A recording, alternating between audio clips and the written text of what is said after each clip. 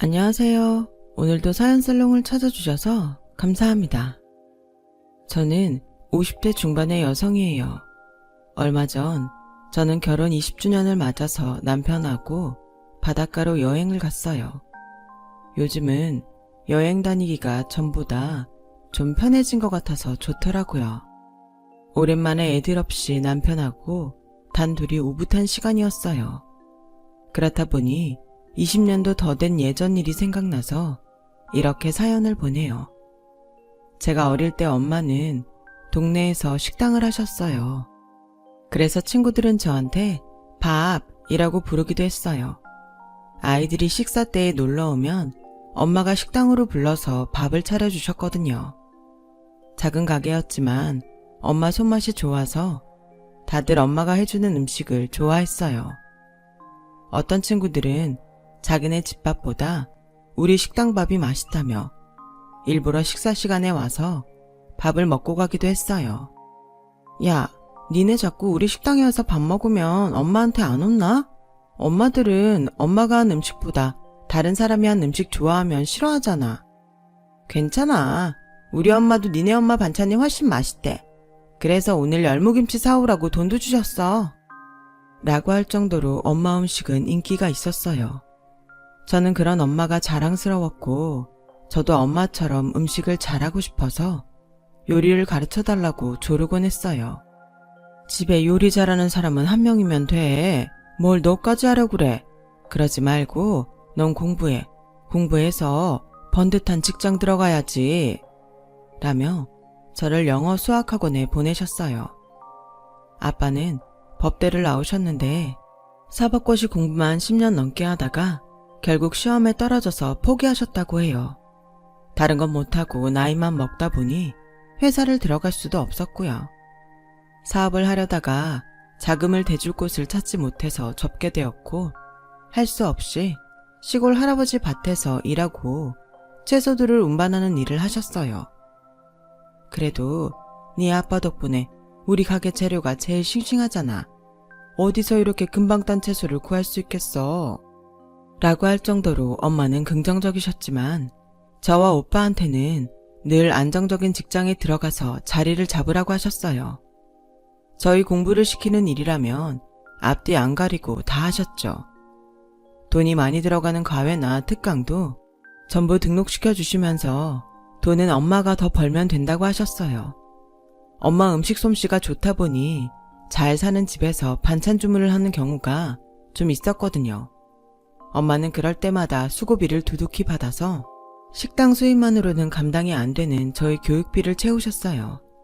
그렇게 열심히 사시던 엄마도 제가 고등학교 때 아버지가 사고로 돌아가시자 한참이나 넋을 놓고 아무것도 못 하셨어요. 저는 그런 엄마를 도우려고 학교가 끝나면 바로 와서 식당 일을 거들었어요. 엄마 대신 재료도 다듬고 엄마한테 물어보면서 간단한 반찬도 만들고 했죠. 엄마는 그런 것도 다 못할 만큼 힘들어하고 계셨어요. 그러다가 어느 날 술 취한 아저씨가 밥을 먹으러 왔다가 저한테 괜히 시비를 걸었어요. 야, 식당에서 쟁반이나 나르는 게 어디 손님한테 눈을 똑바로 뜨고 대들어? 아저씨, 제가 대드는 게 아니고요. 저희 가게는 술만 파는 데가 아니라고요. 이게 그래도 꼬박꼬박 말대꾸하네. 야, 넌 부모가 그따위로 가르쳤어? 그래, 내가 가르쳤다. 술 먹었으면 곱게 집에 나갈 일이지. 왜 남의 가게에서 내 귀한 딸한테 꼬장을 부리고 그래? 경찰 부를까? 라며 프라이팬을 들고 주방에서 엄마가 나오자 아저씨는 뭐라고 중얼대며 도망갔어요. 정이야, 엄마가 미안해. 우리 딸 열심히 공부할 때에 엄마 때문에 이렇게 말도 안 되는 놈한테 욕이나 듣고 있었네. 이제 엄마 괜찮아. 말짱하니까 넌 식당 안 나와도 돼. 엄마는 다음날 바로 보조 아주머니를 더 구하셨고 한동안 하지 않던 반찬 주문도 다시 받기 시작하셨어요. 식당은 다시 예전처럼 손님들이 많아졌고 오는 사람들마다 엄마를 격려했어요. 반찬을 주문하는 손님들은 엄마가 다시 기운을 차렸다며 잘했다고 선물을 보내주기도 했고요. 엄마는 그런 손님들에게 고마워서 전보다 더 양념을 잘 써서 맛있게 만들려고 애를 썼죠. 엄마의 그런 노력으로 저와 오빠는 무난히 대학에 갈 수 있었어요.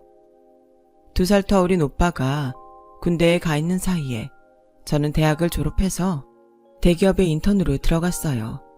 하지만 인턴이 끝나고 정규직이 되지 못했고 저는 다시 취직을 하기 위해 여러 회사에 원서를 내고 면접 연습을 했어요. 그러다가 한 식품회사의 기획팀에 들어가게 됐어요. 엄마는 이제야 제가 안정적으로 살 수 있게 됐다며 많이 좋아하셨어요. 사실 그러고서 몇 년 후에 IMF 위기가 터져서 모두 어려워졌는데 그때만 해도 그런 일이 있을 거라고는 생각도 못했으니까요. 저는 회사에 들어가서 새로운 환경에 적응하느라 애를 썼어요. 그 사이 오빠가 제대를 하고 학교에 복학을 했고 다음 해에 유학을 갔어요. 꼭 하고 싶은 공부가 있다며 장학금을 받는다니 엄마도 그러라고 하셨죠. 그래, 오빠는 공부 나보다 잘했잖아. 요즘 오빠보다 못한 사람들도 유학 많이 가던데 안 가면 억울하지. 오빠, 생활비는 내가 보탤 테니까 걱정 마.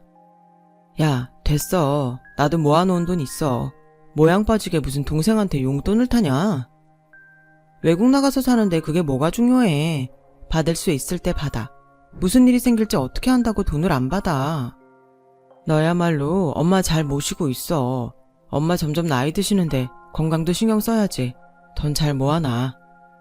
라고 티격태격 하다가 오빠는 유학을 갔고 저는 뭐라고 하건 말건 돈을 보냈어요.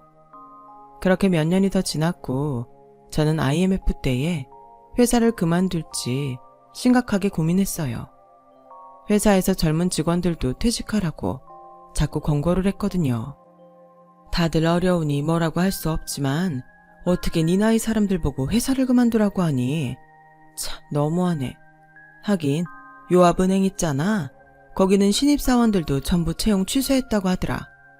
라는 엄마는 저를 위로해 주시느라 애를 썼지만 정작 저는 회사 그만두는 건 아무렇지도 않았어요. 제가 고민한 건 평생 먹고 살기 위해서 뭘 하는 게 가장 좋을까 하는 거였어요. 그런 고민을 한 사이 시간이 지나서 회사는 해고 대상자를 발표했고 다행인지 불행인지 저는 거기에 들어가진 않았더군요. 전 특별히 하고 싶은 게 있었던 게 아니었기 때문에 일단 회사를 더 다녀보기로 했어요. 그러다가 본사에 다니던 남자를 만나게 됐죠. 제가 막 나온 시제품을 본사에 가져가면 그 사람이 받았어요. 한정희 대리는 일을 참 야무지게 잘하네요. 다른 사람들은 제품에 뭐가 들어갔는지 제대로 표기도 안 할 때도 많은데 한 대리는 그런 일이 전혀 없어요. 시식평가 자료도 꼼꼼하고. 그 사람은 저보다 한 살이 많아도 같은 대리직급이었는데 본사 사람이라서 은근히 저를 평가하는 말을 잘했어요. 그래도 일 잘하고 똑똑했고 여러 면에서 유능했어요. 주변에 사람들도 많은 것 같았고요. 그런 사람이 저한테 만나보자는 얘기를 했을 때 저는 너무 뜻밖이었어요. 김창호 대리님이 왜 저를 만나요? 본사에 더 좋은 분들 많잖아요. 저는 김 대리님 같이 너무 똑똑한 분은 부담스러워요. 은근히 칭찬하는 척하면서 저 밀어내는 거예요? 좋은 사람이야 많은데 제 마음에 들어야 되는 거잖아요. 한 대리는 제 마음에 드는 좋은 사람이라서 만나고 싶어요. 라며 망설임 없이 다가오는데 그런 말들이 좀 설렜던 것 같아요. 그러면서 그 사람과 저의 만남이 시작됐어요. 사회생활을 하고 나서 처음으로 진지하게 만났던 것 같아요. 전에도 잠깐씩 만나고 헤어졌던 적이 몇 번 있었지만 심각했던 건 한 번도 없었어요. 사실 그 남자가 유능해 보이는 모습에 많이 끌리기도 했죠.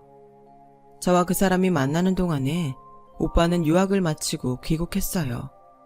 오빠가 새로운 일을 시작하고 분주한 동안에도 저는 그 남자를 만나느라 바빴죠. 제가 젊을 때만 해도 여자는 20대에 결혼해야 된다고 생각하는 사람들이 많았어요. 엄마는 제가 결혼하겠다는 말 없이 30을 맞이하자 초조해 하셨어요.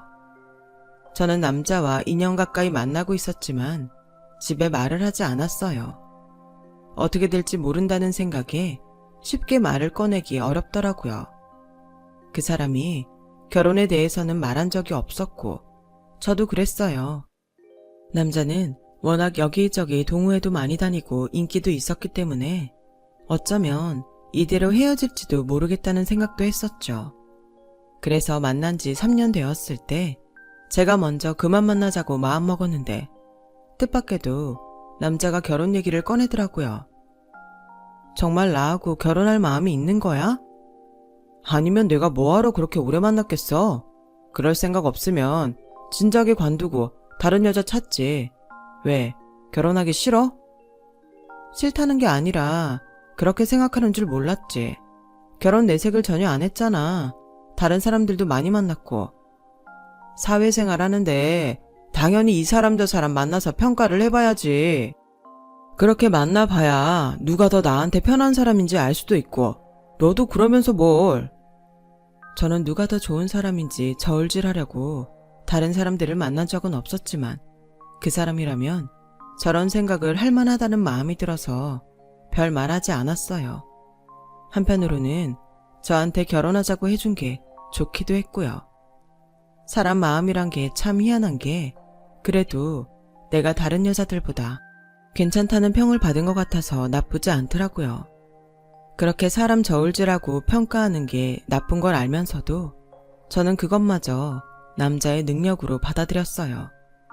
아마 아빠가 고시 공부만 오래 하다가 결국 능력이 없는 사람처럼 된 걸 보고 유능하고 현실적으로 보이는 그 남자를 계속 좋게만 생각했던 것 같아요.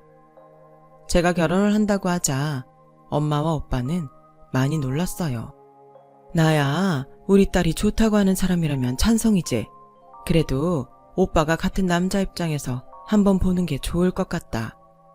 라는 엄마 말에 남자가 먼저 우리 집에 왔었죠.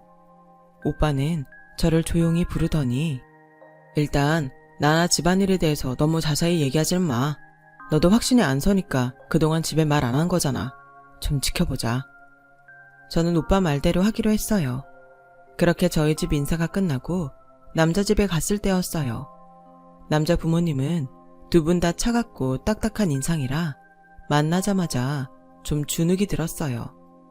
특히나 그 사람 어머니는 눈 하나 깜짝 않고 아버지도 안 계시고 어머니는 동네 식당 하시고 반찬도 주문 판매하신다고? 오빠가 미국에서 공부하고 온 것밖에 볼 게 없네. 아가씨는 뭐 하느라 그 나이 되도록 결혼도 못했어? 그동안은 결혼보다 제가 일을 잘하는 걸 더 중요하게 생각했어요.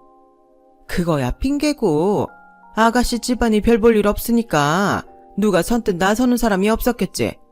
우리 창호가 아가씨 인생 구했네. 라는데 정말 말문이 막혔어요. 더 어이가 없었던 건 제가 이런 막말을 듣는데 남자는 잠자코 있는 거였어요. 우리 엄마가 한 말이 틀린 말은 아니잖아. 엄마가 좀 직선적이고 현실적이어서 그렇지. 나쁜 분은 아니셔. 처음 보고 너무 선입견 갖고 판단하지 말았으면 좋겠다. 라는데 정말 내가 예민하게 구는 건가 보다 싶더라고요. 상견례 자리는 무난하게 지나갔어요. 오빠랑 엄마가 워낙 깔끔하게 차려입고 나오기도 했고 저희 오빠가 덩치가 좀 있어서 사람을 압도하는 데가 있거든요. 그래서 남자 쪽에서 별말 없었던 것 같아요. 문제는 그 후에 일어났어요. 제가 퇴근하고 엄마 식당에 갔을 때였어요. 엄마하고 도우미 아주머니하고 셋이서 이런저런 얘기를 하고 있는데 느닷없이 남자 어머니가 들이닥쳤어요. 어머, 이런 누추한 데까지 어떻게 오셨어요?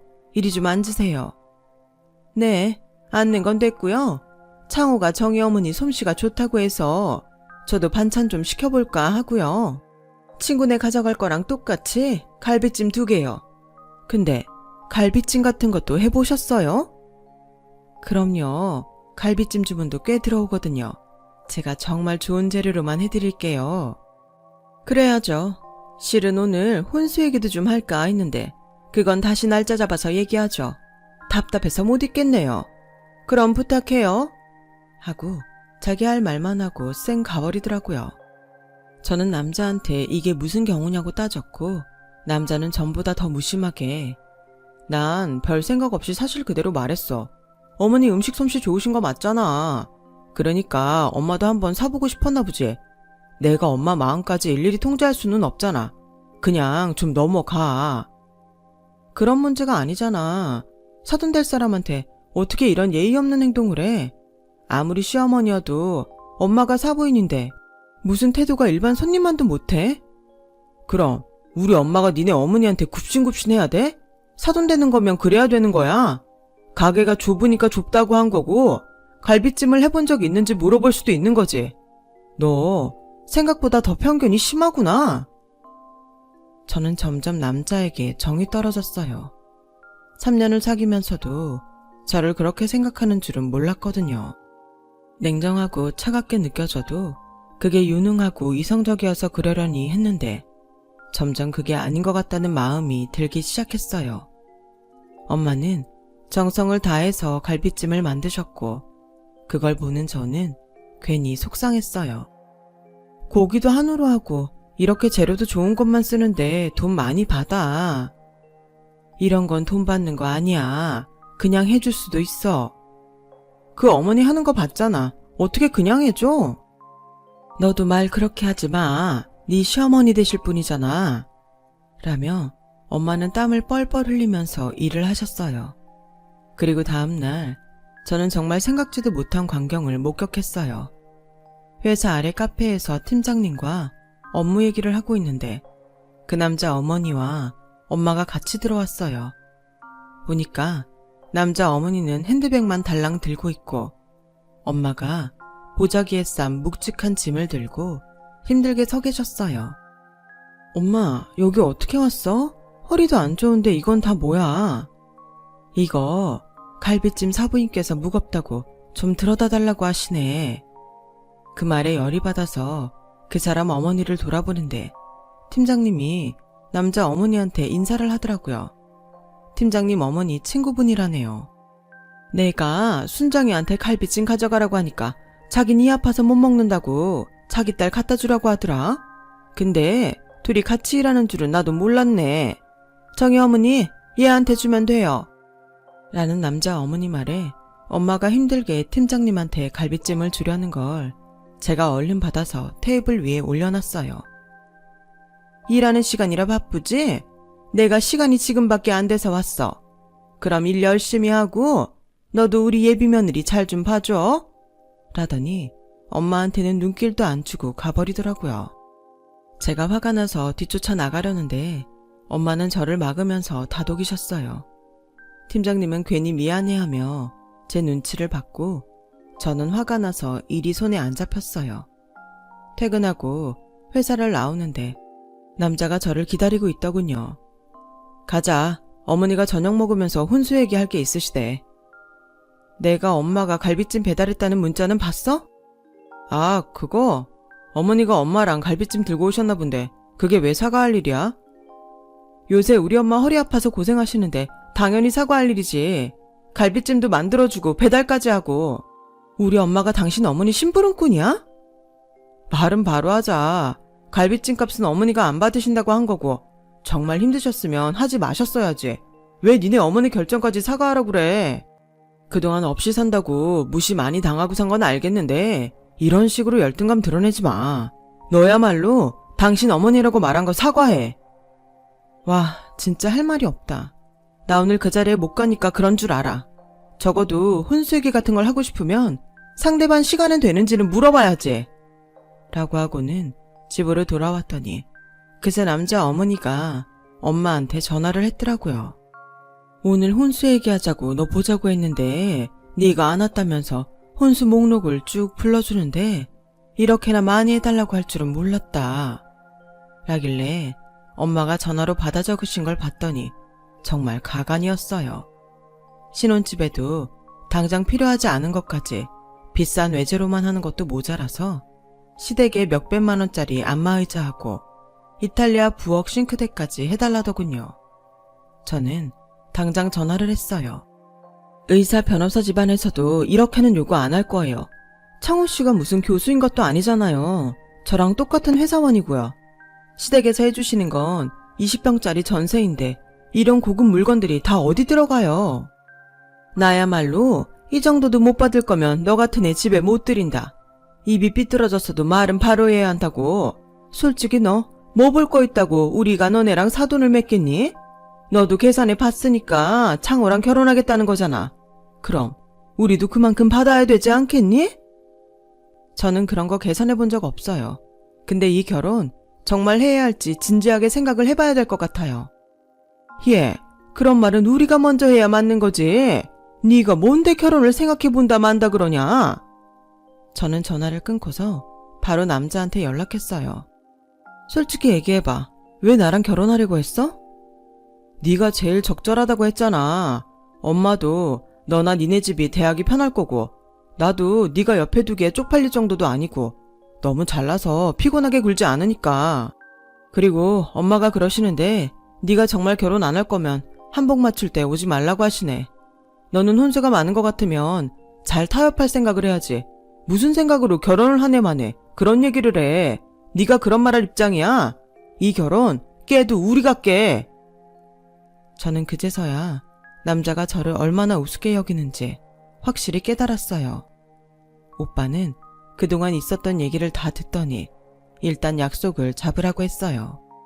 저는 한복집 근처에 있는 카페에서 먼저 만나자고 했어요. 저와 엄마가 갔더니 남자 어머니가 먼저 있었어요. 우리 엄마를 보고도 자리에서 일어날 생각을 안 하더군요. 남자 어머니는 저를 보자마자 예, 내가 속이 좀 안 좋아서 그러는데 근처 약국 가서 소화제 좀 사와라.